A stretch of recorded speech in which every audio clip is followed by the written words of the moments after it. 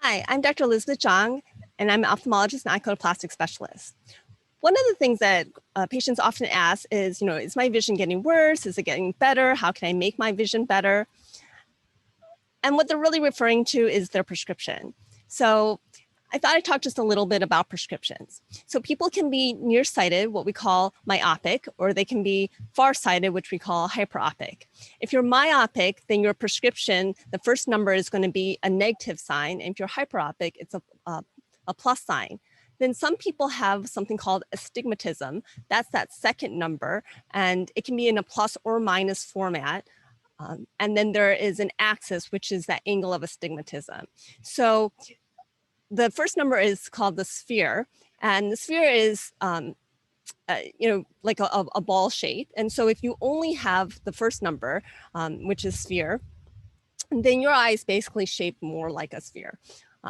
But if you have astigmatism, it's like your eye is shaped more kind of like a football instead of like a basketball. So a sphere would be like a basketball, and a football, has more of an axis. And so that axis number with the degrees, that's what degree where the difference of the curvature is. So you've got two different curvatures, and so it's where that curvature is. And as an ophthalmologist, in all honesty, what that number is, if it's a little higher or lower from year to year, is really not that big a concern. Hopefully your vision stays stable so that at some point in your 20s to 50s, people typically have about the same prescription. It may fluctuate a little bit, a little plus or minus there, and everything goes in what's called quarter diopters. So numbers are like 1, 1.25, 1.5, 1.752, and ongoing from there.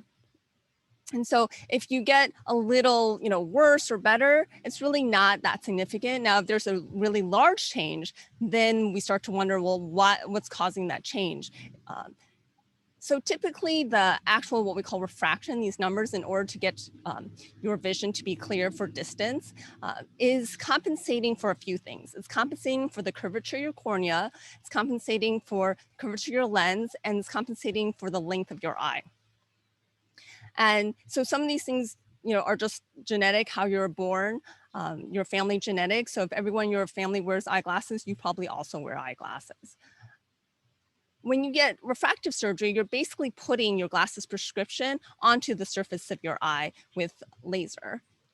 And so that's why you only want to get refractive surgery when you've had a really stable eyeglasses prescription for some time, so that hasn't changed a lot. And so that's one time when we really do care about the prescription.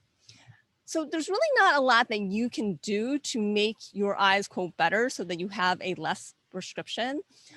You certainly want to avoid rubbing your eyes. If you chronically rub your eyes, you can potentially deform that cornea and change that prescription. And people with keratoconus, it's been found that you can actually develop keratoconus with a very extensive rubbing of your eyes. And keratoconus is a condition where your cornea becomes more cone-shaped, and that can really affect what's called your refraction, or again, your glasses prescription, to the point that some people won't actually have that clear of vision even with glasses, and sometimes have to wear hard contact lenses. Usually these patients will actually have a very large astigmatism because of that cone shape. So the best thing to do for your eyes is just kind of leave them alone, don't rub them, get your regular eye exams, try to, check that your prescription's not changing a lot, but it's okay if it changes a little bit here and there. As we get older, our eyelids can actually change. Sometimes they become a little looser with time, with gravity, and just, everything kind of gets lax as we get older. And so that pushing on the surface of the eye can mildly change the prescription. So it is possible after you get like eyelid surgery that the prescription can change a little bit, though usually it's not a super significant change. So I hope this answers some of your questions about what it means to have a prescription and what the different numbers mean. If you have any other questions, you can leave them in the comments. If you're enjoying these videos, please subscribe to this YouTube channel. You can also visit my website, www.dreyelid.com. Thank you.